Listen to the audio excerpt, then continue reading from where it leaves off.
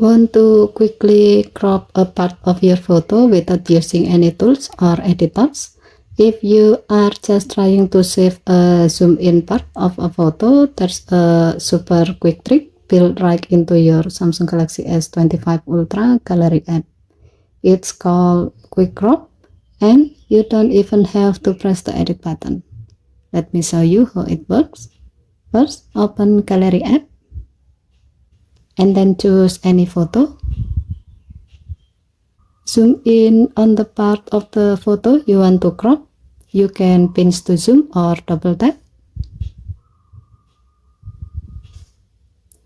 Look at the bottom left corner.